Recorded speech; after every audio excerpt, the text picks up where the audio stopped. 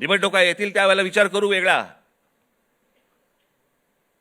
पण आज काय परिस्थिती आहे, हे का झालं, कशामुळे झालं, हा उद्रेक का झाला, मला असं वाटतं ह्या गोष्टी समजून घ्यायला नको. अनेक अनेक बारीक बारीक बारीक बारीक त्याला लेयर्स आहेत, पापुत्रे आहेत. ते पापुत्रे चढत चढत चढत चढत त्याची वडी झालेली आहे. मला असं वाटतं ही गोष्ट सरकारने समजून घेणं गरजेचं आहे. आज मनातल्या तरुणांच्या, विद्यार्थ्यांच्या आशा आकांक्षा, महत्वाकांक्षा या मला असं वाटतं विद्यार्थी सेनेने समजून घेणं गरजेचं आहे. नोंदणी होत राहील, पण त्यांची ते काय विचार करतायत मला असं वाटतं हे पाहणं गरजेचं आहे.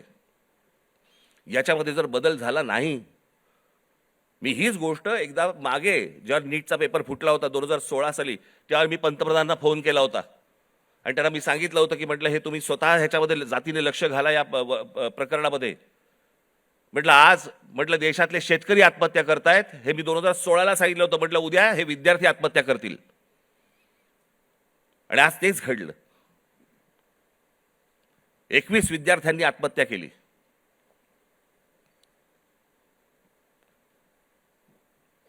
सदस्य नोंदणी ही तर कराच, पण मला असं वाटतं ह्या शिक्षण क्षेत्रामध्ये आमूलाग्र बदल होणं गरजेचं आहे.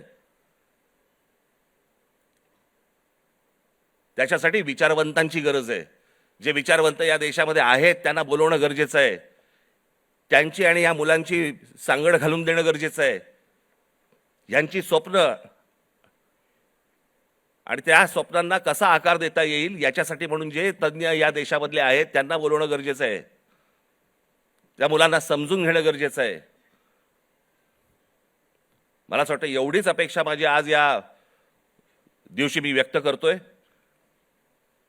आज या विद्यार्थी सेनेच्या मुलांनी, सर्वात तरुणींनी या महाराष्ट्रातल्या विद्यार्थ्यांची अपेक्षा, आशा, आकांक्षा या समजून घ्याव्यात आणि त्याला आकार देण्याचा मला असं वाटतं जास्तीत जास्त प्रयत्न करावा. भविष्यातल्या तुमच्या सगळ्या वाटचालीसाठी माझ्याकडनं मनपूर्वक तुम्हाला सर्वांना शुभेच्छा देतो आणि आपणा सर्वांची मी रजा घेतो. धन्यवाद. जय हिंद, जय महाराष्ट्र.